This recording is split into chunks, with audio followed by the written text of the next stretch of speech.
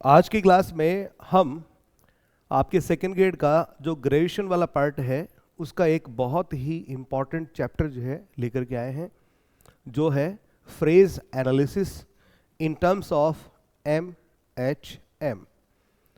काफ़ी important topic है, बहुत सारे बच्चों को इस पर दिक्कत आती है, लेकिन मैं बार बार यही बात कहता हूँ कि बेटा ये बहुत ही इंटरेस्टिंग टॉपिक है और एक बार यदि आप इस टॉपिक को हमारे साथ रुक कर के सीखेंगे तो आपको लगेगा कि वास्तव में बहुत ही मज़ेदार टॉपिक है और हमें इस टॉपिक को इसी तरह से पढ़ना चाहिए था, आपको इसमें मज़ा आने लग जाएगा।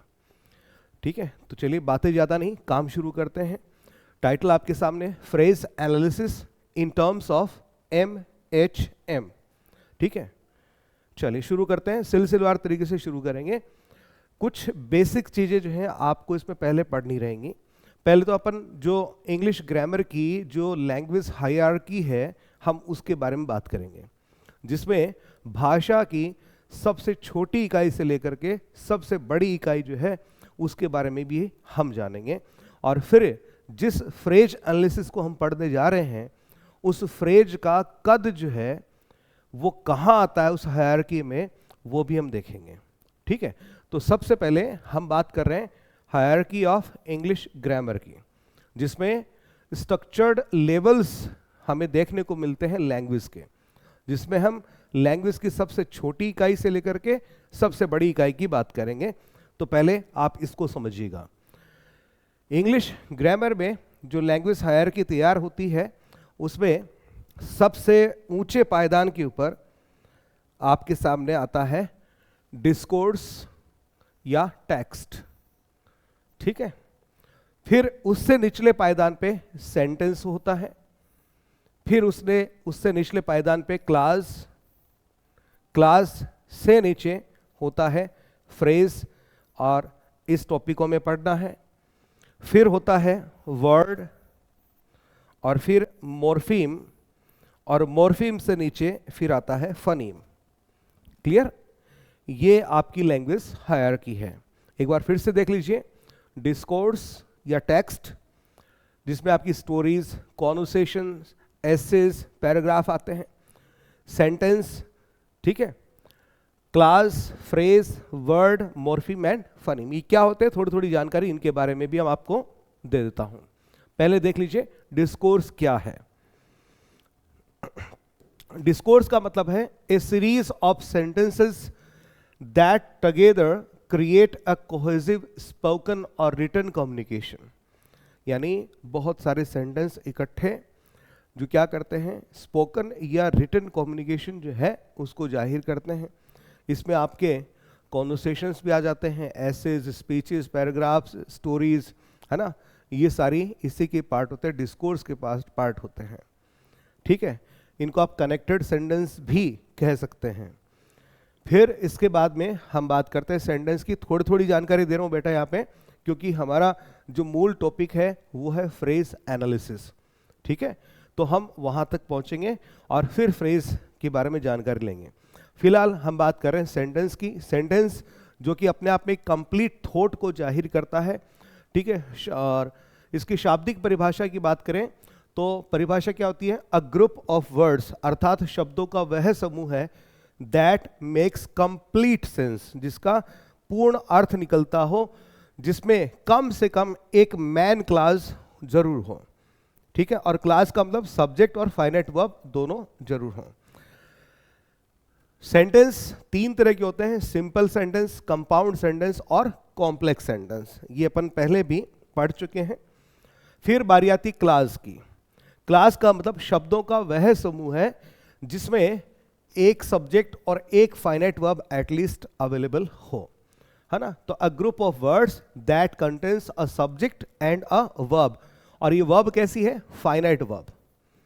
ठीक है, कैसी वर्ब है, फाइनाइट वर्ब। क्लास की बात करें तो क्लास जो है दो तरह के होते हैं, एक तो इंडिपेंडेंट या मैन क्लास, और दूसरा होता है डिपेंडेंट या सब ऑर्डिनेट क्लास। ठीक, और जो डिपेंडेंट या सब ऑर्डिनेट क्लास जो होते हैं ये पार्ट किसके होते हैं, आपके कॉम्प्लेक्स सेंटेंस के पार्ट होते हैं। और इसमें भी तीन वैरायटी जो आपको और आगे देखने को मिल जाती है कॉम्प्लेक्स सेंटेंस में। एक तो नाउन क्लास, ठीक है, एडजेक्टिव क्लास और तीसरा एडवर्ब क्लास। ये कॉम्प्लेक्स सेंटेंस के ही सबऑर्डिनेट क्लास होते हैं। फिर बारी आती बेटा फ्रेज की। फ्रेज की जो आप किताबों में जो डेफिनेशन देखते हो, उस डेफिनेशन को लेकर के यदि आप फ्रेज एनालिसिस पढ़ने जाओगे तो आप तुरंत से ही अटक करके कहीं ना कहीं गिर जाओगे, क्योंकि जो इसकी औपचारिक परिभाषा है जो अक्सर आप बुक्स में देखते हैं वो क्या है कि शब्दों का वह समूह है जिसमें सब्जेक्ट और फाइनाइट वर्ब नहीं होती है, लेकिन फिर भी जिसका अपना एक अर्थ निकलता है, वाक्यांश अर्थात फ्रेज कहलाता है। ठीक है, ये परिभाषा आप इसमें देखते हैं, लेकिन इस परिभाषा को थोड़ा सा एक्सपेंड करने की जरूरत है, थोड़ा सा इसका दायरा बढ़ाने की जरूरत है। परिभाषा क्या रहेगी इसकी? शब्द या शब्दों का समूह है। वहां पर क्या था? शब्दों का समूह है, वहीं से शुरू करते हैं, ग्रुप ऑफ वर्ड्स, वहां से शुरू कर देते हैं वो डेफिनेशन। लेकिन हमें इसकी डेफिनेशन कहां से शुरू करनी है? शब्द या शब्दों का समूह है, यानी फ्रेज जो है वो एक अकेला वर्ड भी होता है। फ्रेज का काम जो है एक सिंगल वर्ड भी कर सकता है, ठीक है, और शब्दों का समूह भी कर सकता है, यानी वर्ड या ग्रुप ऑफ वर्ड्स। क्लियर? तो हमने इसके डेफिनेशन क्या रखेंगे कि वर्ड और group of words without subject और वर्ब, और वर्ब कौन सी? Finite verb. अर्थात सरलीकरण कर लेते हैं इसका, शब्द या शब्दों का वह समूह है जिसमें सब्जेक्ट और फाइनाइट वर्ब नहीं होती है, फिर भी जिसका अपना अर्थ निकलता है, फ्रेज कहलाता है। ठीक है, कुछ और भी जान लीजिए। ये सिंगल पार्ट ऑफ स्पीच का काम करते हैं। फ्रेज की हम बात करें तो हमारे पास 6 तरह की फ्रेजेस आती हैं। नाउन फ्रेज जिसको एनपी कहते हैं, verb phrase, adjective phrase, adverb phrase, prepositional phrase और जेनेटिव फ्रेज। ठीक है, ये 6 तरह की फ्रेजेस हम पढ़ेंगे। फिर फ्रेज से जो छोटी इकाई होती है इस हायरार्की में वो है वर्ड, जो कि एक लेक्सिकल यूनिट होती है। ठीक है, और ये पार्ट्स ऑफ स्पीच या वर्ड क्लास भी इनको कहा जाता है। वर्ड में हम क्या स्टडी करते हैं भाई? ठीक है,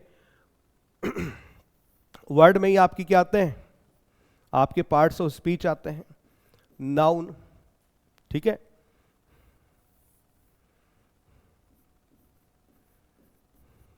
इधर आ गया आपका प्रोनाउन,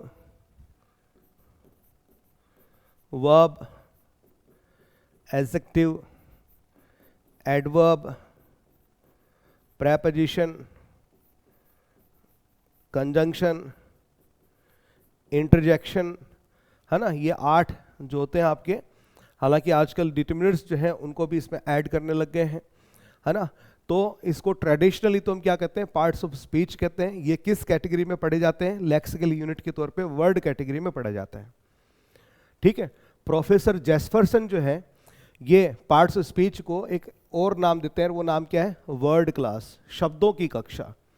ठीक है, ये भी आपके सिलेबस में है, लेकिन उसमें से कौन से हैं?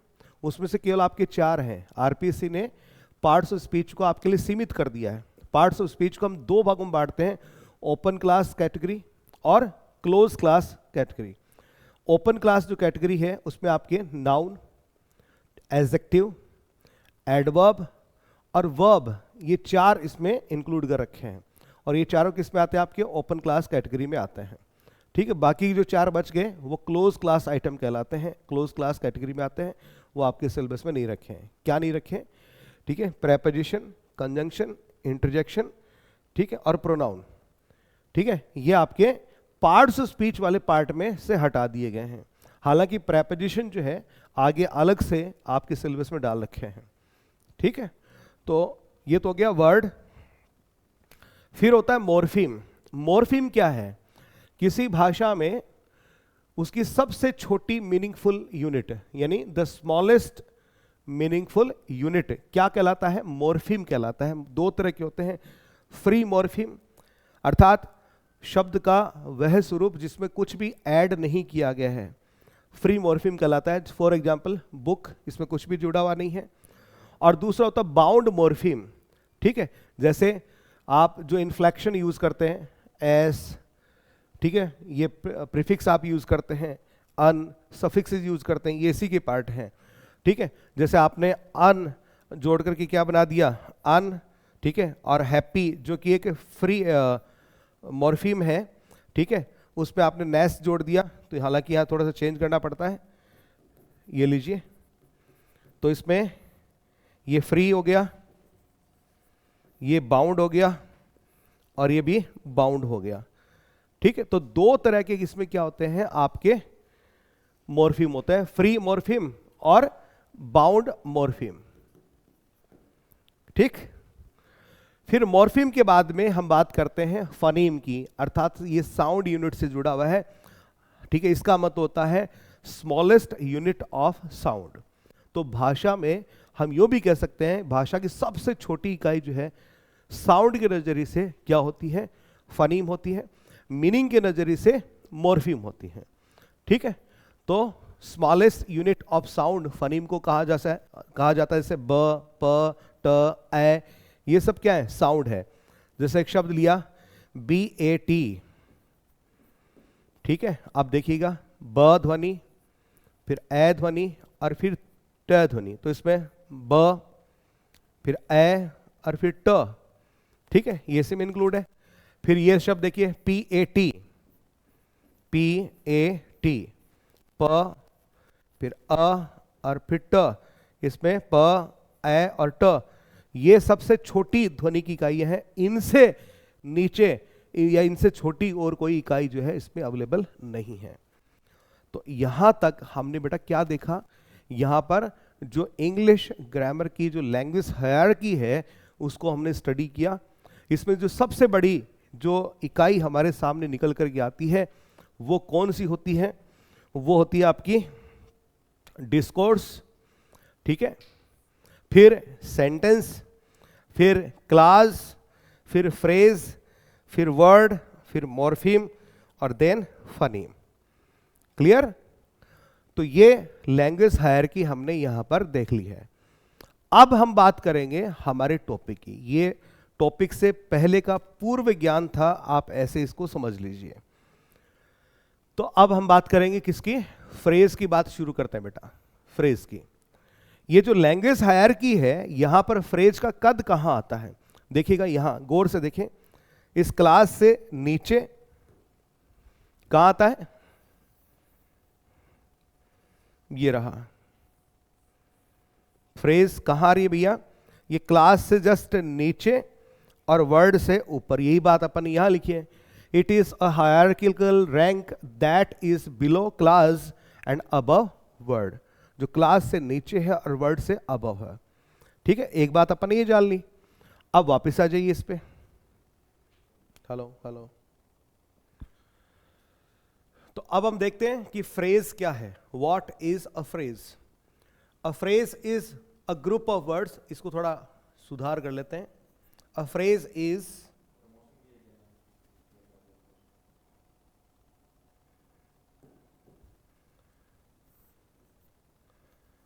अ word or a group of words. Phrase क्या है, कोई शब्द या शब्दों का समूह है, that work together as a single part of speech, जो साथ में मिलकर के किसका काम करता है, यदि शब्दों का समूह है तो मिलकर के किसका काम करता है, एक सिंगल पार्ट ऑफ स्पीच का काम करता है। मसलन नाउन का कर सकता है, वर्ब का कर सकता है, एडजेक्टिव, एडवर्ब, एटसेट्रा एटसेट्रा, ठीक है। इसका मतलब फ्रेज जो है वो किसका काम करता है भाई, पार्ट ऑफ स्पीच का काम करता है। कहां, इन अ सेंटेंस, किसी वाक्य में। But do not contain both a subject and a verb, लेकिन फ्रेज में आपको क्या नहीं मिलेगा, सब्जेक्ट नहीं मिलेगा और वर्ब नहीं मिलेगी। वर्ब कौन सी बेटा, फाइनाइट वर्ब, इन दोनों का कॉम्बिनेशन नहीं मिलेगा, क्योंकि इन दोनों का जो कॉम्बिनेशन होता है ये यदि मिल गया तो फिर ये फ्रेज नहीं रहेगा बल्कि क्या बन जाएगा, क्लास बन जाएगा, ठीक है, समझ रहे हो ना। तो फ्रेज में आपको सब्जेक्ट नहीं मिलेगा और फाइनाइट वर्ब नहीं मिलेगी, ठीक है। लेकिन ये एक अकेला शब्द भी हो सकता है, शब्दों का समूह भी हो सकता है, जो कि आपस में मिलकर के सिंगल पार्ट ऑफ स्पीच का काम करते हैं। अब इसकी कुछ फीचर्स आपके सामने निकल करके आ रही हैं। क्या फीचर्स हैं कि it is not a complete sentence. Phrase जो होता है वो कोई कंप्लीट सेंटेंस नहीं होता है, वो सेंटेंस की कैटेगरी में नहीं आता है, वह क्लास से नीचे वाली रैंक पे आता है। It does not have both a subject and a finite verb, उसमें सब्जेक्ट और फाइनाइट वर्ब नहीं होता है। It acts as one unit within a sentence, यह सेंटेंस के अंदर एक यूनिट की तरह से काम करता है, यानी सिंगल पार्ट ऑफ स्पीच का काम करता है, जैसे लाइक अ नाउन, एडजेक्टिव और एडवर्ब एटसेट्रा। ठीक है बेटा। इसी बीच में थोड़ी सी आपको जानकारी भी दे दूं, वो बच्चे जो कि सेकंड ग्रेड की तैयारी कर रहे हैं उनके लिए स्काई एजुकेयर जो है आपके लिए एक बेहतरीन ऑफर के साथ में सेकंड ग्रेड इंग्लिश का कोर्स जो है प्रस्तुत कर रहा है। सेकंड ग्रेड इंग्लिश की कोर्स में आपको पूरा कोर्स मिलेगा, टेस्ट एंड क्विजेस मिलेंगे, प्रिंटेबल नोट्स पीडीएफ्स मिलेंगी जिनको आप प्रिंट कर सकते हैं। ठीक है, और ये सारा सब कुछ आपको मात्र 1399 में अभी आपको मिल रहा है। ठीक है, तो आप हमारे साथ जुड़ करके अपनी सफलता को सुनिश्चित कर सकते हैं। और किसी प्रकार की कोई आपकी क्वेरी हो, कोई क्वेश्चन हो, तो फिर आप 9928549654 इन दिए गए नंबरों पे संपर्क भी कर सकते हैं। चलिए आगे बढ़ जाते हैं। फ्रेज के बारे में कुछ और बातें बेटा आपको जाननी जरूरी है। 2-3 एंगल से हम फ्रेज जो है उसको जानेंगे, तब जाकर के आप फ्रेज एनालिसिस कर पाएंगे। ठीक है, तो वापस देखिएगा, फ्रेज क्या है? A phrase is a word or a group of words that acts as unit within a class, और ये ऑफ नहीं और है, और विद इन अनदर फ्रेज। सरल शब्दों में समझ लीजिए, फ्रेज शब्द या शब्दों का वह समूह है जो किसी क्लास के अंदर या किसी अन्य फ्रेज के अंदर क्या करती है? कार्य करती है। ठीक है, फिर से ध्यान से सुन लीजिए, फ्रेज जो है वो किसी क्लास के अंदर क्या करेगी? काम करेगी। किसका काम करेगी भाई? सब्जेक्ट हो सकती है, वर्ब हो सकती है, एडजेक्टिव हो सकती है, एडवर्ब हो सकती है। ठीक है, कौन? फ्रेज। या फिर किसी अन्य फ्रेज के अंदर, फ्रेज विद इन फ्रेज, ठीक है, अन्य फ्रेज के अंदर काम करेगी किसी फ्रेज को मॉडिफाई करने का। ये दो तरह से काम कर सकती है। पहला एग्जाम्पल आपके सामने लेकर के आ रहा हूं। मिस्टी इज रिसाइटिंग अ पोयम। मिस्टी क्या कर रही है? एक पोयम को रिसाइट कर रही है। तो यहां पे देखें, मिस्टी ये जो शब्द है, ठीक, ये यहां सब्जेक्ट का काम कर रहा है। इस रिसाइटिंग जो है वर्ब का काम कर रहा है। अ पोयम ये ऑब्जेक्ट का काम कर रहा है। यहां सब्जेक्ट के तौर पे किसका प्रयोग हुआ भाई? नाउन फ्रेज का प्रयोग हुआ है। ध्यान से सुन लो, किसका प्रयोग हुआ है? नाउन फ्रेज का प्रयोग हुआ है। वर्ब के तौर पे यहां पे किसका प्रयोग हुआ है? वर्ब फ्रेज का प्रयोग हुआ है। इसी वर्ब को आप क्या कहते हैं? प्रेडिकेटर, जिसको पी से सिंबलाइज करते हैं। ठीक है, और ऑब्जेक्ट के तौर पे भी हमेशा ही क्या आता है? नाउन फ्रेज ही आती है। ये लीजिए, तो यहां इस वाक्य के अंदर 3 फ्रेजेस हैं। इस वाक्य में एक मैन क्लास है, उस क्लास के अंदर 3 एलिमेंट प्रयुक्त हुए हैं, सब्जेक्ट, प्रेडिकेटर और ऑब्जेक्ट। सब्जेक्ट के तौर पे नाउन फ्रेज, प्रेडिकेटर अर्थात वर्ब के तौर पे वर्ब फ्रेज, और ऑब्जेक्ट के तौर पे नाउन फ्रेज का प्रयोग हुआ है। क्लियर? यानी इस क्लास में 3 फ्रेजेस का प्रयोग हुआ है जो कि आपको यहां पे दिखाई पड़ रही हैं। अब देखो इधर, इस फ्रेज के अंदर वर्ड या ग्रुप ऑफ वर्ड्स किसका प्रयोग हुआ है? तो आप कहेंगे सर वर्ड का प्रयोग हुआ है, शब्द का प्रयोग हुआ है, शब्द समूह का नहीं हुआ। वर्ब फ्रेज में झांक करके देखिए, यहां पर शब्द या शब्द समूह है। वर्ब फ्रेज के तौर पे शब्द समूह आया है, लेकिन काम क्या कर रहे हैं? एक यूनिट के तौर पे काम कर रहे हैं मिल करके। ठीक है, फिर ऑब्जेक्ट के तौर पे भी शब्द समूह है, अ और पोएम, ये 2 शब्द आए हैं, तो ये शब्द समूह बन गया। ऑब्जेक्ट का काम कर रहा है, कौन कर रहा है भाई? काम कौन कर रहा है? Noun phrase. इस नाउन फ्रेज का मुखिया कौन है? पोएम, जो कि खुद नाउन है। क्लियर? तो यहां पर इस क्लास में 3 फ्रेजेस का प्रयोग हुआ है। तो मैंने आपको यही बताया कि फ्रेज का प्रयोग कहां होगा? किसी क्लास के अंदर या किसी अन्य फ्रेज के अंदर एक और फ्रेज घुसेड़ना, जिसको फ्रेज विद इन फ्रेज कहते हैं। उसका एग्जाम्पल हम यहां पे लेंगे। पहले एक वाक्य देखो, a boy with curly hair is singing. ठीक, इस वाक्य के अंदर a boy with curly hair, ये क्या बेटा, एक नाउन फ्रेज है जो यहां पर काम कर रहा है किसका, ये सब्जेक्ट का काम कर रहा है। किसका काम कर रहा है, सब्जेक्ट का काम कर रहा है। कौन कर रहा है काम, ये काम किया जा रहा है नाउन फ्रेज के द्वारा। फिर इज सिंगिंग जो है ये वर्ब अर्थात प्रेडिकेटर है और ये काम वर्ब फ्रेज के द्वारा किया जा रहा है। तो इस सेंटेंस के अंदर दो फ्रेजेस दे रखी है, एक नाउन फ्रेज और दूसरी वर्ब फ्रेज। नाउन फ्रेज के तौर पे भी शब्द समूह का प्रयोग हुआ है और वर्ब फ्रेज के तौर पे भी शब्द समूह का प्रयोग हुआ है। ठीक है, समझ में आ रहा है? ठीक है, अब आगे देखो, यहां फ्रेज विद इन फ्रेज का प्रयोग हुआ कैसे। A boy with curly hair noun phrase है, ठीक है। अब इसमें देखो, अ बॉय, ठीक है, उस लड़के की विशेषता क्या है, विद कर्ली हेयर। ये विद कर्ली हेयर क्या कर रहा है, ये इस लड़के की, इस बॉय की विशेषता बता रहा है।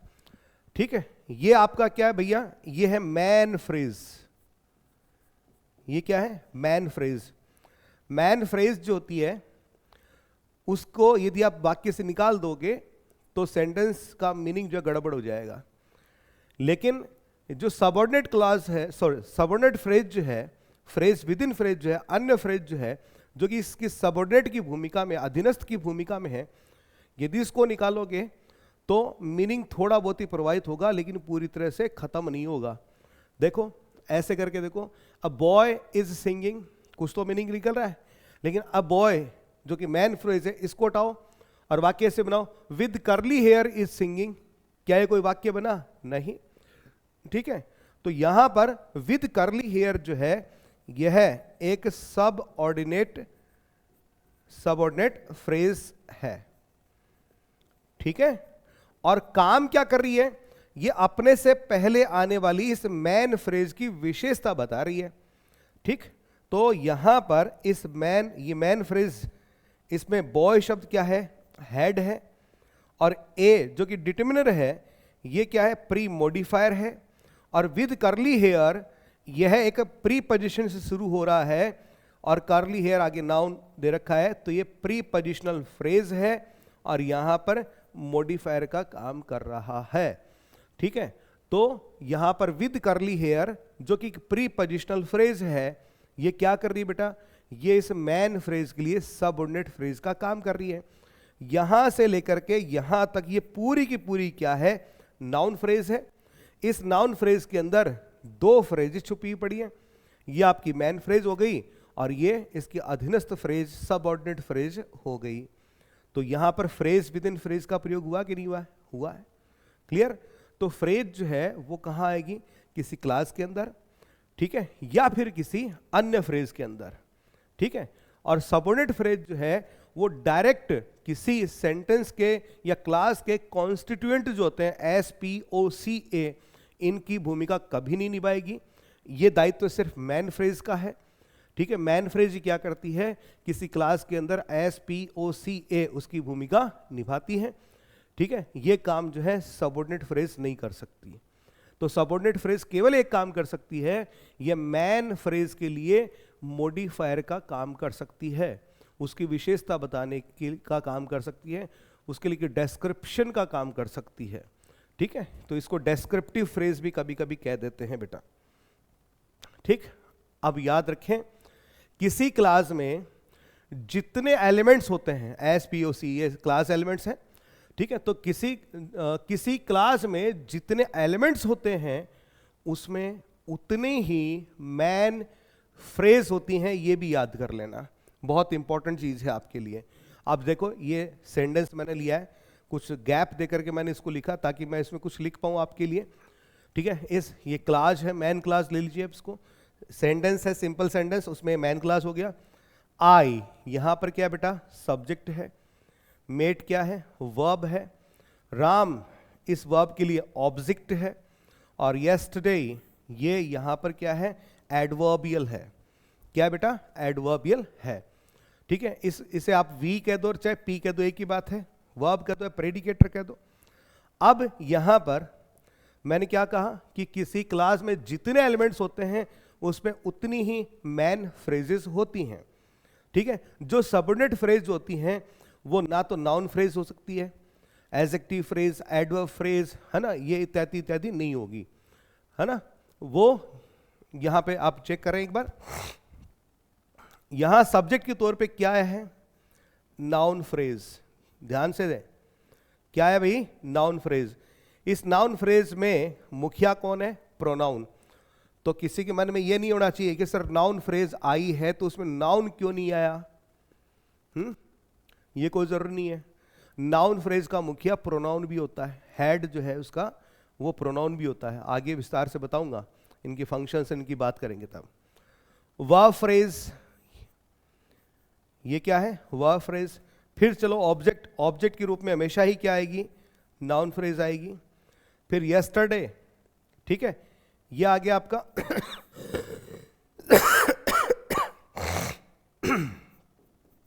ये आपकी एडवर्ब फ्रेज होगी, क्लियर। अब अगला एक और वाक्य देख लो, उसको देखने से पहले इसी बात पे वापस गौर कर लो, किसी क्लास में जितने एलिमेंट होते हैं, एसपीयूसी होते हैं, उस पे उतने ही मैन फ्रेज होते हैं। तो देखो आई क्या था, सब्जेक्ट, क्लास एलिमेंट है तो उतनी इसमें फ्रेज होगी, नाउन फ्रेज। मेट वर्ब है, प्रेडिकेटर है तो ये वर्ब फ्रेज है। राम ऑब्जेक्ट है, ठीक है, ये क्या है, नाउन फ्रेज है। यस्टरडे ये एडवर्बियल है तो ये एडवर्ब फ्रेज हो गया, ठीक है। फिर देखो शी सब्जेक्ट, ये है आपकी नाउन फ्रेज। मेड ये है वर्ब या प्रेडिकेटर, ये होगी आपकी वर्ब फ्रेज। फिर मी ये है आपका ऑब्जेक्ट, ठीक है, तो ये हो गया आपका नाउन फ्रेज। हैप्पी ये है भैया आपका ऑब्जेक्ट कॉम्प्लीमेंट, ऑब्जेक्ट कॉम्प्लीमेंट के तौर पे यहां प्रयोग हुआ किसका, एडजेक्टिव का, ठीक है, तो ये हो गया आपकी एडजेक्टिव फ्रेज, एडजेक्टिव फ्रेज। फिर एट स्कूल, एट स्कूल जो है ये है एडवर्बियल, ठीक है, और एडवर्बियल के तौर पे कौन आया भाई, प्रीपोजिशनल फ्रेज, पीपी, ये लीजिए। तो किसी क्लास में जितने एसपीओसी होते हैं ना, उसमें उतने ही क्या होंगे, मैन फ्रेजेस होंगे, इस बात को गांठ बांध लेना, ठीक है। अब आगे बढ़ो, अब टाइप्स ऑफ फ्रेजेस की हम बात करेंगे, है ना। एक तो है फंक्शन के आधार पे, अभी अपन थोड़ी देर पहले देख रहे थे कि कोई फ्रेज क्या काम कर रही है, मैन फ्रेज का काम कर रही है, या किसी मैन फ्रेज के लिए मॉडिफायर का काम कर रही है, तो उसकी सबऑर्डिनेट फ्रेज बन जाएगी। अभी एग्जांपल देखा था, और दे दूंगा एग्जांपल अभी थोड़ी देर में, ठीक है। तो ये तो क्या उसके फंक्शन, क्या भाई, ये है उसके फंक्शन है,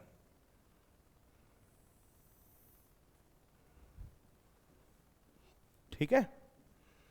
तो फंक्शनल पॉइंट ऑफ व्यू से फ्रेज को हम मोटे तौर पे दो भागों में बांट देते हैं, एक तो होता है मैन फ्रेज और दूसरा होता है सबऑर्डिनेट फ्रेज। फिर फॉर्मल पॉइंट ऑफ व्यू से ये 6 तरह की होती हैं, noun phrase, adjective phrase, adverb phrase, verb phrase, prepositional phrase और जेनेटिव फ्रेज। शॉर्ट फॉर्म इनकी हमने इनिशियल्स इनके लिख रखे हैं, नाउन फ्रेज को एनपी कहेंगे, एडजेक्टिव फ्रेज को ए, फिर स्मॉल जे और फिर पी। एडवर्ब फ्रेज के लिए फिर कैपिटल में ए, स्मॉल का वी और फिर पी। वर्ब फ्रेज के लिए वीपी, प्रीपोजिशनल के लिए पीपी और जेनेटिव फ्रेज के लिए जीपी। ये हम शॉर्ट फॉर्म जो है आगे इस्तेमाल करेंगे, तो यहां पर मैंने आपके लिए पहले ही लिख दी है बेटा। अब देखिए व्हाट आर फ्रेजेस, ये मैन फ्रेज और सबऑर्डिनेट फ्रेज को थोड़ा सा फिर से डिफाइन करने की कोशिश कर रहा हूं यहां पे। अ फ्रेज इज अ वर्ड और ग्रुप ऑफ वर्ड्स, ठीक है, ये डेफिनेशन हम 2-3 बार ले चुके हैं कि फ्रेज क्या है, शब्द या शब्दों का समूह है, that functions as a single grammatical unit.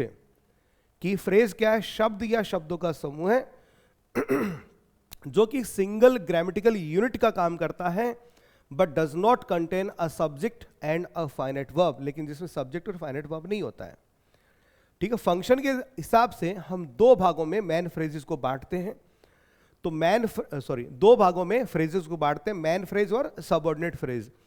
तो मैन फ्रेज क्या होती है उसको यहां पर थोड़ा समझिए। A man phrase is one, man phrase वह होती है that is a direct constituent of a clause, जो कि क्लास में एक डायरेक्ट कॉन्स्टिट्यूएंट होते हैं। ये कॉन्स्टिट्यूएंट क्या है भाई, ये रहे SPOCA, ये है आपके डायरेक्ट कॉन्स्टिट्यूएंट। तो मैन फ्रेज डायरेक्ट कॉन्स्टिट्यूएंट होते हैं किसी क्लोज में। It is not a part of any other phrase, और मैन फ्रेज जो होती है किसी अन्य फ्रेज का पार्ट कभी भी नहीं होती है। तो डायरेक्ट कॉन्स्टिट्यूएंट कैसे होते हैं वो आप इससे समझिएगा। जैसे ये आपके क्लास एलिमेंट्स दे रखे हैं, डायरेक्ट कॉन्स्टिट्यूएंट दे रखे हैं क्लास के, और ये आपकी फ्रेजेस दे रखी हैं। तो जो नाउन फ्रेज है वो किसका काम करती है, सब्जेक्ट का कर सकती है, ऑब्जेक्ट का कर सकती है, कॉम्प्लीमेंट के तौर पे भी नाउन आता है, और एडवर्बियल के तौर पे भी नाउन आ सकता है। वर्ब फ्रेज जो है वो हमेशा ही केवल किसका काम करती है, प्रेडिकेटर का काम करती है। एडजेक्टिव फ्रेज जो है वो कॉम्प्लीमेंट का काम करती है, और एडवर्बियल के लिए एडवर्ब फ्रेज भी आ सकती है, और पीपी हमेशा ही किसका काम करती है, एडवर्बियल का काम करती है। ठीक है, और ये सारी की सारी क्या है, मैन फ्रेजेज हैं।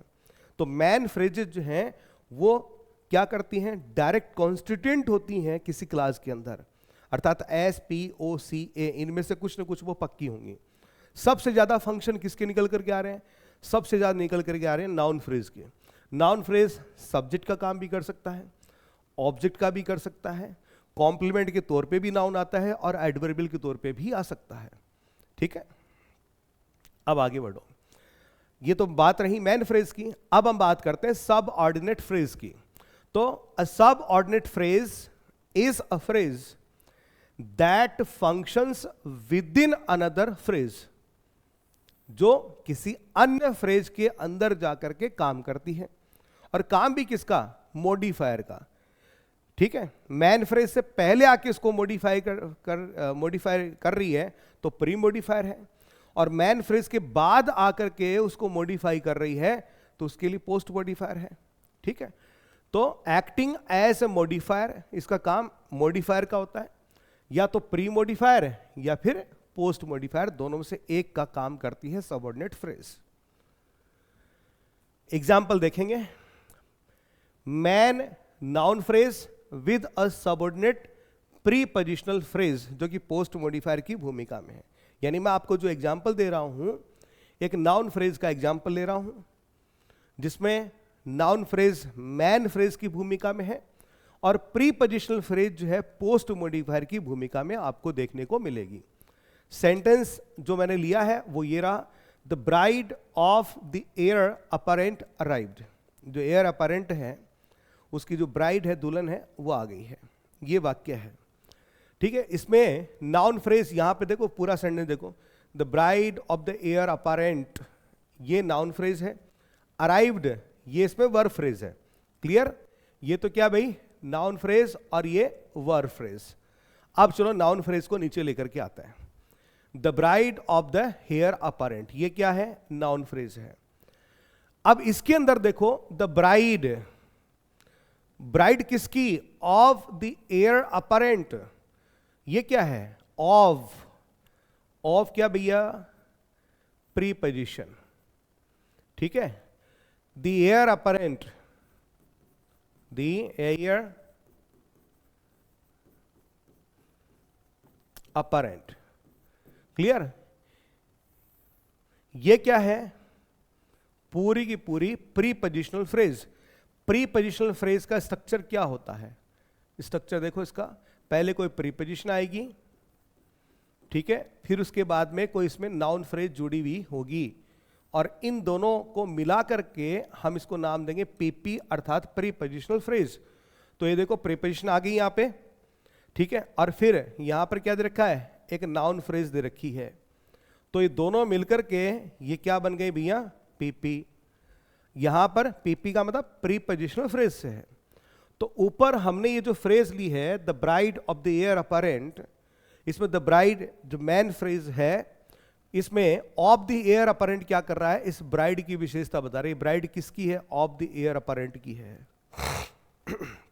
तो इसमें जो प्रीपोजिशनल फ्रेज है ऑफ द एयर अपरेंट, ठीक है, ये क्या है, एक सबऑर्डिनेट फ्रेज की भूमिका में है। समझ गए, वापिस से देखो, नाउन फ्रेज है पूरी की पूरी, इसमें द ब्राइड, ठीक है, इसमें देखो ऐसे करके बताता हूं, ब्राइड तो है इसमें हेड वर्ड, द जो कि डिटरमिनर है ये है मॉडिफायर, इसको अलग से लिखता हूं बेटा, थोड़ा सा ऐसे समझ में नहीं आएगा आपको, ये मेरे पास जगह पड़ी है यहां लिखता हूं, the bride of the air apparent, ठीक है। ये पूरी की पूरी नाउन फ्रेज है, इसमें हेड वर्ड जो है वो कौन है, वो है भाई ब्राइड, ब्लैक कलर यूज कर लेते हैं यहां पे, ये हेड हो गया, द डिटरमिनर है, ठीक है, ये प्री मॉडिफायर हो गया, फिर यहां से लेकर के यहां तक ये ब्राइड की विशेषता बता रहा है, तो ये पोस्ट मॉडिफायर हो गया, क्या हो गया, पोस्ट मॉडिफायर हो गया। अब पोस्ट मॉडिफायर के तौर पे क्या आया, भीतर झांक के देखो, प्रीपोजिशन ऑफ से शुरू हो रहा है, फिर नाउन फ्रेज दे रखी है, यानी ये एक प्रीपोजिशनल फ्रेज का प्रयोग किया गया है। तो यहां पर मॉडिफायर के तौर पे कौन आया भाई, प्रीपोजिशनल फ्रेज आई है, क्लियर। तो of the heir apparent is a post modifier prepositional phrase inside the main noun phrase, clear, example हो गया इसका, ठीक है, पोस्ट मॉडिफायर के तौर पे देख लिया। अब प्री मॉडिफायर के तौर पे भी आप देख सकते हो, एक एग्जाम्पल यहां पे मैंने लिया है, जिसमें प्री मॉडिफायर के तौर पे मैंने सबऑर्डिनेट क्लोज को काम में लिया है। पहले सेंटेंस देख लो, जो पिछली स्लाइड में सेंटेंस लिया था, the bride of the air apparent arrived, इसको हमने यो कर दिया, द एयर अपरेंट्स ब्राइड अराइव्ड, है ना, यानी यहां से लेकर के यहां तक ये नाउन फ्रेज है, और अराइव्ड जो है वर्ब फ्रेज है। अब इस नाउन फ्रेज को यहां ले आएंगे, ठीक है, क्या है, द एयर अपरेंट्स ब्राइड, ठीक है। इसमें सबऑर्डिनेट फ्रेज कौन सी है, द एयर अपरेंट्स, ये देखो अपरेंट्स, यहां अपोस्ट्रोफी एस लगा हुआ है, अर्थात ये पजेसिव केस है, यानी जेनेटिव फ्रेज है, ठीक है। अब देखो द एयर अपरेंट्स ब्राइड, यहां लिख लेते हैं इसको थोड़ा, द एयर अपरेंट्स, ठीक है, ये हो गया ब्राइड। अब इसमें ये जो ब्राइड शब्द है ये तो भैया हेड वर्ड, हेड वर्ड जो है वही आपकी मुख्य फ्रेज होगी, मेन फ्रेज होगी। अब यहां से लेकर के यहां तक का जो पार्ट है ये क्या कर रहा है, इस ब्राइड की विशेषता बता रहा है कि ब्राइड किसकी है, द एयर अपरेंट्स, यानी ये इसको मॉडिफाई कर रहा है, प्री मॉडिफायर का काम कर रहा है। प्री मॉडिफायर के तौर पर क्या आया है वो देखो, द एयर अपरेंट्स अपोस्ट्रोफी एस लगा हुआ है, इसका मतलब जेनेटिव केस है, पॉजिटिव केस है ना। तो यहां पर जीपी अर्थात जेनेटिव फ्रेज जो है वो किसका काम कर रही है भाई, प्री मॉडिफायर का काम कर रही है, किसके लिए, हेडवर्ड ब्राइड के लिए। तो यहां इस फ्रेज में कौन सी, द एयर अपरेंट्स, इस फ्रेज में ये जो हिस्सा है the heir apparent's is a premodifier, GP यह प्री मॉडिफायर है, ठीक है, प्री मॉडिफायर के रूप में जेनेटिव फ्रेज है इनसाइड द नाउन फ्रेज, किसके अंदर, नाउन फ्रेज के अंदर। तो सबऑर्डिनेट फ्रेज जो होती है ना बेटा, वो क्या करती है, किसी मैन फ्रेज के अंदर अर्थात इनसाइड काम करती है मॉडिफायर का। वो प्री मॉडिफायर भी हो सकती है, और पिछली स्लाइड पे जैसे लिया था पोस्ट मॉडिफायर, वह पोस्ट मॉडिफायर भी हो सकती है। लेकिन वो क्या नहीं हो सकती, वो किसी क्लास एलिमेंट में डायरेक्ट कॉन्स्टिट्यूएंट नहीं हो सकती। जो क्लास एलिमेंट कौन से, एस पी ओ सी ए, ठीक है, उसमें क्या नहीं हो सकती, सबऑर्डिनेट फ्रेज किसी क्लास के अंदर डायरेक्ट कॉन्स्टिट्यूएंट नहीं हो सकती। यह सिर्फ प्री मॉडिफायर या पोस्ट मॉडिफायर हो सकती है फ्रेज के अंदर, क्लियर। तो यह बात रही आपकी मैन फ्रेज और सबऑर्डिनेट फ्रेज के संदर्भ में। अब आ जाओ भाई फॉर्मल पॉइंट से, जो अपन ने 6 फ्रेजेस पढ़ी थी, ठीक है, सिर्फ नाम ही लिया था, विस्तार नहीं किया था, अब उनके पास चलते हैं। तो फॉर्मल पॉइंट ऑफ व्यू से आपके पास 6 फ्रेजेस होती हैं, ये रही। Noun phrase NP, adjective phrase AJP और adverb phrase AVP, verb phrase VP, prepositional phrase PP और जेनेटिव फ्रेज जीपी।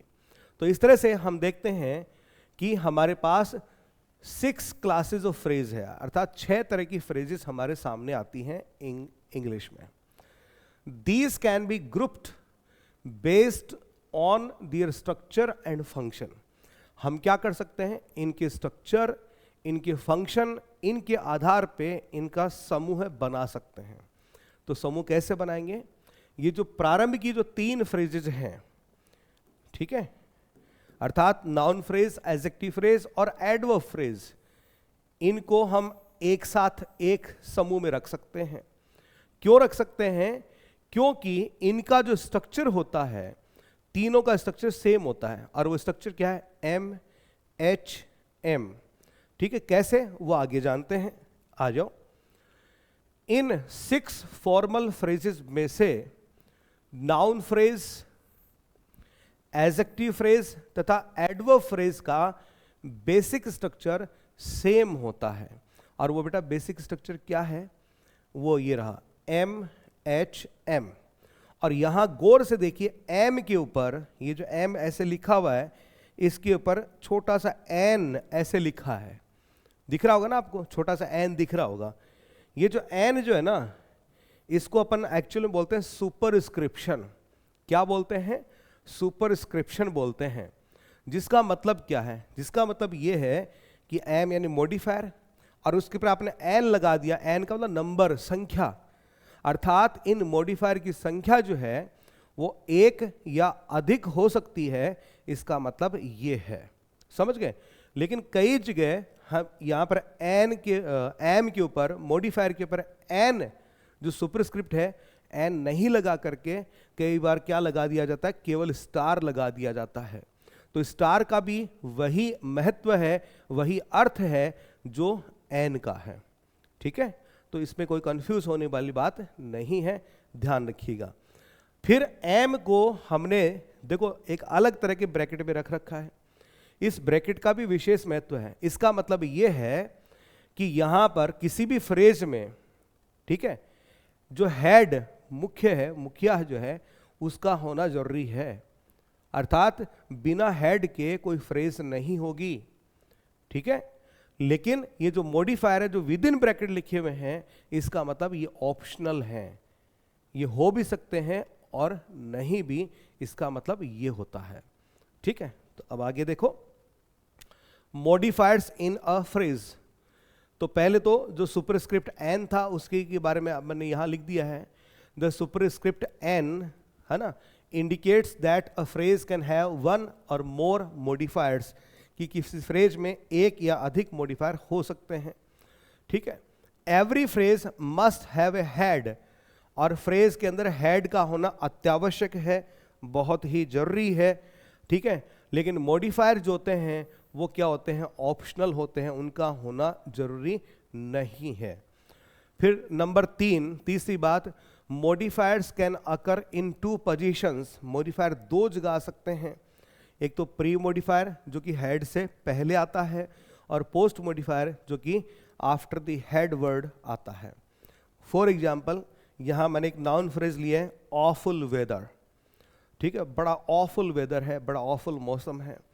तो वेदर ये पूरी नाउन फ्रेज है, इसमें वेदर जो है ये मुख्य शब्द है, और ऑफुल जो है इससे पहले आकर के इसकी विशेषता बता रहा है, अर्थात यह यहां पर क्या है? प्री मॉडिफायर है।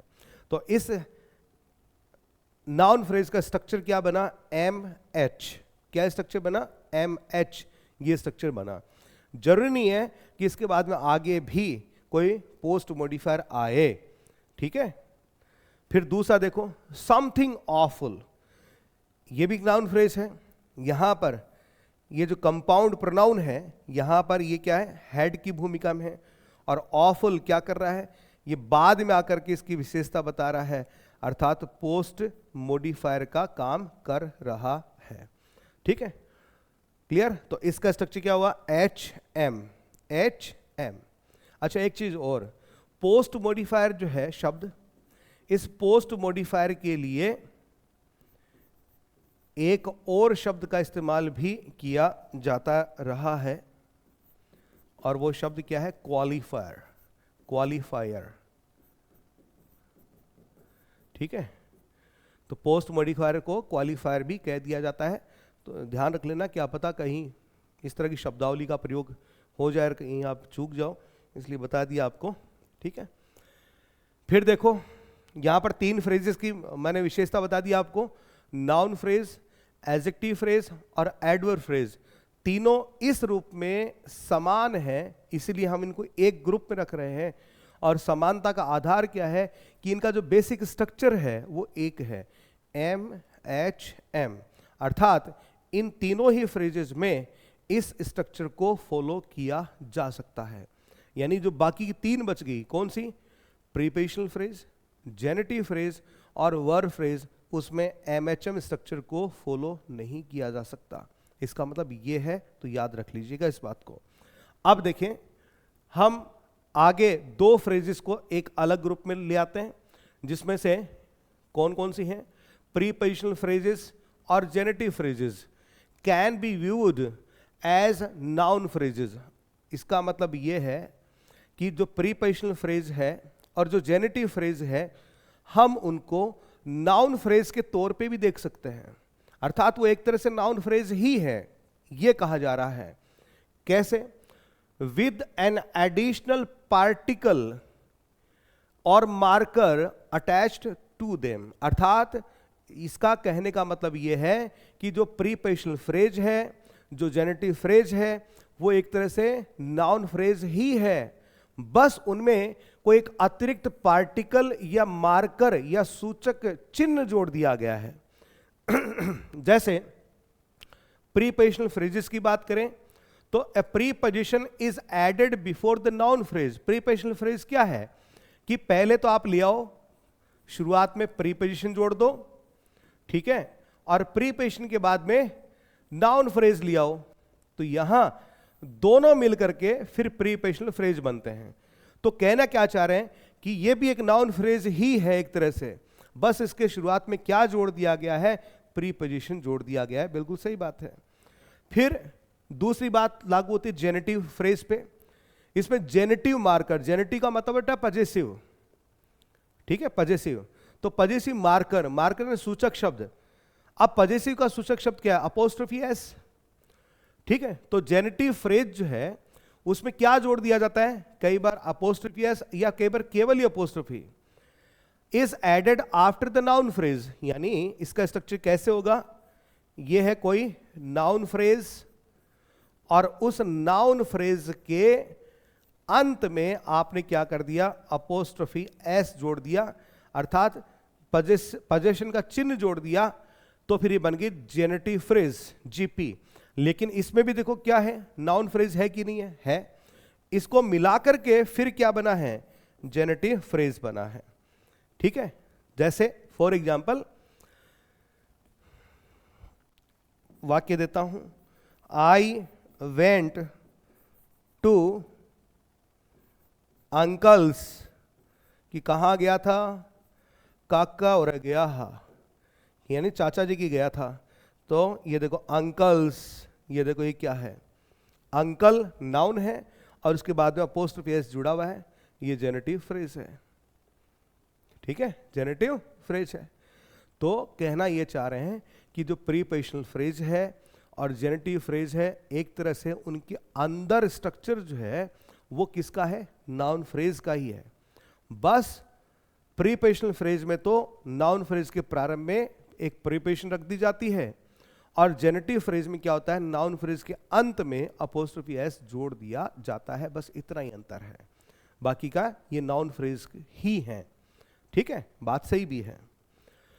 फिर अब बात करेंगे अलग से प्रीपोजिशनल फ्रेज की। तो देखो, a prepositional phrase can be thought of as a noun phrase. वही बात जो अभी मैं आपको बता रहा था कि प्रीपोजिशनल फ्रेज के बारे में हम ये सोच सकते हैं कि एक नाउन फ्रेज ही है with a preposition added at the beginning, जिसके प्रारंभ में किसी प्रीपोजिशन को जोड़ दिया गया है। यानी पीपी का स्ट्रक्चर क्या होगा, शुरुआत में प्रीपोजिशन और फिर उसके बाद में नाउन फ्रेज। ठीक है, जैसे ये सिंपल वाला एग्जांपल ले लेते हैं, the boy with curly hair. ये एग्जांपल पहले ले चुका हूं, सिंपल की बात नहीं है, ये एग्जांपल पहले ले चुका हूं। ये देखो, the boy with curly hair, है ना, ये पूरी पूरी नाउन फ्रेज है। तो देखो इधर, the boy with curly hair. ठीक है, ये पूरी की पूरी एक नाउन फ्रेज है। इसमें बॉय जो है ये एक हेड वर्ड है, द इसका प्री मॉडिफायर है, और विद कर्ली हेयर यह है इसका पोस्ट मॉडिफायर है। भाई क्या है, पोस्ट मॉडिफायर है। पोस्ट मॉडिफायर के तौर पे क्या आया है, ये देखो, यहां पे ये प्रेपोजिशन है। ठीक है, फिर ये एक नाउन फ्रेज एक और दे रखी है इसके अंदर। तो प्रेपोजिशन प्लस नाउन फ्रेज दोनों मिलकर के ये क्या बन जाते हैं, ये प्रीपोजिशनल फ्रेज अर्थात पीपी बन जाते हैं। और ये पीपी यहां पर किसका काम कर रहा है, इस नाउन फ्रेज के हेड, मैन जो नाउन फ्रेज है, मैन फ्रेज है नाउन फ्रेज, उसके हेड के लिए यहां पर ये मॉडिफायर की अर्थात पोस्ट मॉडिफायर की भूमिका निभा रहा है। ये पूरी की पूरी फ्रेज जो है इसका स्ट्रक्चर क्या है, एम एच एम। क्लियर, ये है आपका। तो प्रीपोजिशनल फ्रेज एक अपने आप में ही नाउन फ्रेज की तरह से होती है, बस उसके प्रारंभ में एक प्रीपोजिशन लगी होती है। फिर बात करते हैं जेनेटिव फ्रेज की। तो जेनेटिव फ्रेज वो भी किसकी तरह से, नाउन फ्रेज की तरह से, with a generative marker attached at the end. बस उसमें क्या किया जाता है, उस नाउन फ्रेज के अंत में एक अपोस्ट्रोफी एस जोड़ दिया जाता है। जैसे the heir apparent's bride, the heir apparent's bride. ये देखो, ये पूरी पूरी नाउन फ्रेज है। इसके अंदर ब्राइड जो है ये हेड वर्ड है।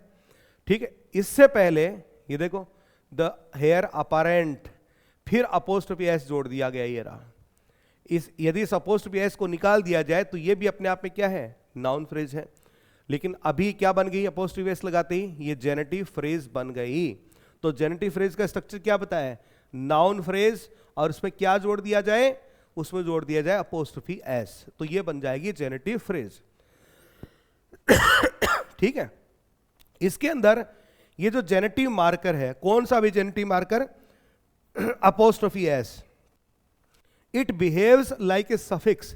ये एक सफिक्स की तरह से व्यवहार करता है, नॉट ए सेपरेट वर्ड। ये एक सेपरेट शब्द की तरह से, सेपरेट वर्ड की तरह से व्यवहार नहीं करता। ये किसका व्यवहार करता है, ये सफिक्स की तरह से व्यवहार करता है। ठीक है, फिर बारी आती है वर्ब फ्रेज की, कि वर्ब फ्रेज क्या है। तो a verb phrase stands apart from the others. Word phrase, ये जितनी भी तमाम तरह की फ्रेजेस अपन ने देखी हैं, सबसे अलग है, सबसे जुदा है, सबसे अनोखी है। और किसी क्लोज के निर्माण की बात करें, सेंटेंस के निर्माण की बात करें, तो सबसे इंपॉर्टेंट है, क्योंकि जिस तरह से बिना वावल साउंड के किसी शब्द का निर्माण नहीं होता, उसी तरह से बिना वर्ब फ्रेज के किसी क्लास का या सेंटेंस का निर्माण भी नहीं होता है। अर्थात ये एक बहुत ही पिवोटल ग्रामेटिकल रोल निभाती है, किसमें, क्लास के अंदर। ठीक है, किसी क्लास के निर्माण में इसकी बहुत बड़ी भूमिका होती है। और इसका स्ट्रक्चर जो है वो काफी डिफरेंट होता है। इसमें एम एच एम ये वाला स्ट्रक्चर कभी लागू नहीं होता। ठीक है, इसमें आपकी ऑक्सिलरीज होती हैं, इसमें आपकी मैन वर्ब होती हैं, इसमें एम एच एम नहीं होता है। तो इट में कंसिस्ट ऑफ, किसी वर्ब फ्रेज में क्या हो सकता है, वन मैन वर्ब हो सकती है, जैसे आई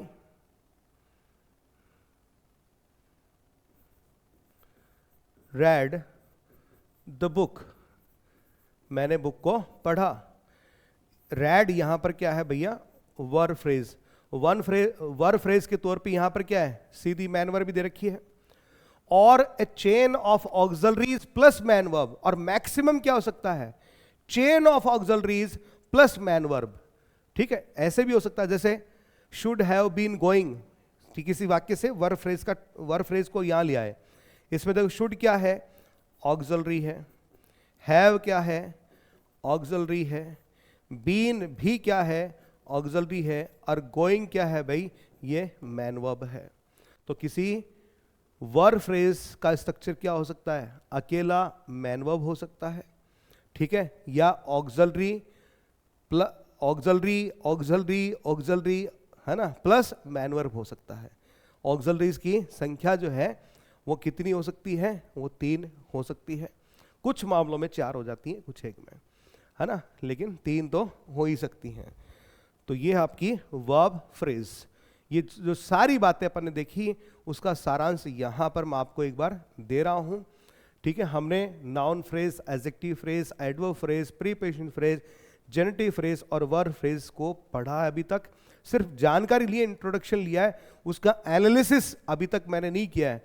ये सिर्फ मैं आपके बेसिक्स जो है उनको ठोक बजा के पक्का कर रहा हूँ, ताकि आप लोग इसको अच्छे से समझ लें, आप अपने आप को भीतर से उस एनालिसिस के लिए प्रिपेयर कर लें, क्योंकि अब आपको एनालिसिस करना है। और मेरा दावा है कि इस क्लास को किसी स्टूडेंट ने बहुत अच्छे से यदि असिमिलेट कर लिया, आत्मसात कर लिया, तो फिर उसके लिए फ्रेज एनालिसिस करना चुटकियों का काम हो जाएगा। ठीक है, तो देखें इनका सबका स्ट्रक्चर, नाउन फ्रेज का स्ट्रक्चर क्या है, एम एच एम, और यहां पर क्या लगा होता है एम के ऊपर, एन। ठीक है, और एडजेक्टिव फ्रेज का भी सेम ही होता है, एडवर्ब फ्रेज का भी सेम ही होता है। ठीक है, प्रीपोजिशन फ्रेज का स्ट्रक्चर क्या होता है, preposition plus noun phrase. Generative phrase का स्ट्रक्चर क्या होता है, नाउन फ्रेज के अंत में अपोस्ट्रोफी एस लगाना और फिर हेडवर्ड के तौर पे नाउन कहा जाना। ठीक है, और वर्ब फ्रेज का स्ट्रक्चर क्या होता है, ऑक्सिलरीज प्लस मैन वर्ब। ये वेरीड एंड डिफरेंट हो सकता है, अकेली मैन वर्ब भी हो सकती है, ऑक्सिलरी प्लस मैन वर्ब हो सकती है, ऑक्सिलरी प्लस मैन वर्ब हो सकती है, ऑक्सिलरी प्लस मैन वर्ब हो सकती है। ठीक है, तो ये वेरीड डिफरेंट हो सकता है। क्लियर? तो अब हम अगली क्लास में क्या सीखेंगे, फ्रेज एनालिसिस सीखेंगे। यहां पर फ्रेज एनालिसिस की तमाम बेसिक जानकारियां मैंने आपको बता दी है। अब फ्रेज एनालिसिस में हम क्या सीखेंगे कि किसी फ्रेज का जब एनालिसिस करते हैं तो उसमें हेडवर्ड कौन सा है, प्री मॉडिफायर कौन सा है और पोस्ट मॉडिफायर या क्वालिफायर कौन सा है। ये सारी बातें जो हैं हम अगले वीडियो में आप लोगों के सामने लेकर के आएंगे। ठीक है, और एक बार फिर से जानकारी आपको बता दूं, वो छात्र जो अभी सेकंड ग्रेड की तैयारी में लगे हुए हैं और जिनको एक अच्छे कोर्स की तलाश है, ठीक है, उन विद्यार्थियों के लिए हमने हमारा सेकंड ग्रेड का कोर्स जो है वो अनाउंस कर रखा है। सिर्फ 1399 रुपये में पूरा कोर्स आपको इसमें मिलेगा। टेस्ट एंड क्विजेज मिलेंगे, प्रिंटेबल नोट्स जो हैं वो भी आपको इसमें मिल जाते हैं, जिनको आप प्रिंट करवा सकते हैं।